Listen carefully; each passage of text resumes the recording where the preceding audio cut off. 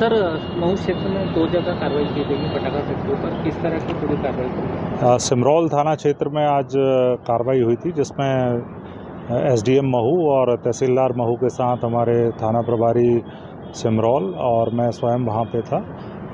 हम लोगों ने अलग अलग जो सिमरौल दातोदा स्थित और घोसी खेड़ा स्थित जो पटाखा फैक्ट्रियाँ हैं, साथ में जो गोडाउन है, उनका निरीक्षण किया था।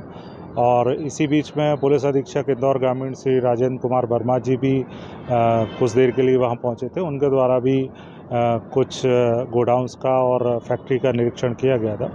इस पूरे संयुक्त भ्रमण में हमने ये पाया कि एक दातोदा में लक्ष्मी फायरवर्क्स इंडस्ट्रीज़ है, वहाँ जहाँ पे कि सुतली बम बनाए जाते हैं।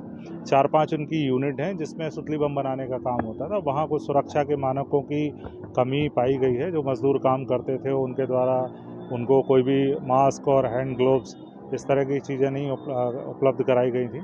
साथ में जो बाउंड्री बनी है वो भी उतनी अच्छी नहीं है। आसपास का इलाका भी, अब चूँकि ये 20-25 साल पहले इनको लाइसेंस मिलते रहे हैं और 20-25 साल लगातार इनका नवीनीकरण होता रहा है, तो आसपास भी लोगों के घर भी बन गए हैं। उनकी दूरी के बारे में भी जो राजस्व अमला है वो भी देख रहा है। और इसके अलावा घोसी खेड़ा में जो एक फैक्ट्री थी जय अम्बे के नाम पे, तो उनके द्वारा भी सुतली बम बनाए जा रहे थे, लेकिन वहीं बाजू में ही पोल्ट्री फार्म भी है और 1-2 मज़दूर भी वहाँ निवास कर रहे थे।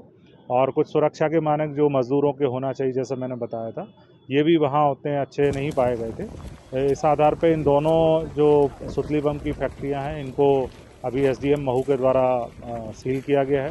और साथ में एक सतनाम फायरवर्क्स है घोसी खेड़ा में, जहाँ पे कि भंडारण उनका होता है।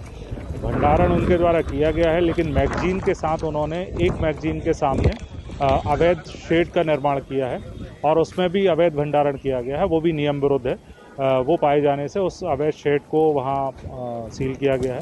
इस प्रकार से 3 जो पटाखा इंडस्ट्रीज़ की हैं, उनको हम लोगों के द्वारा एसडीएम महू के द्वारा सील किया गया है।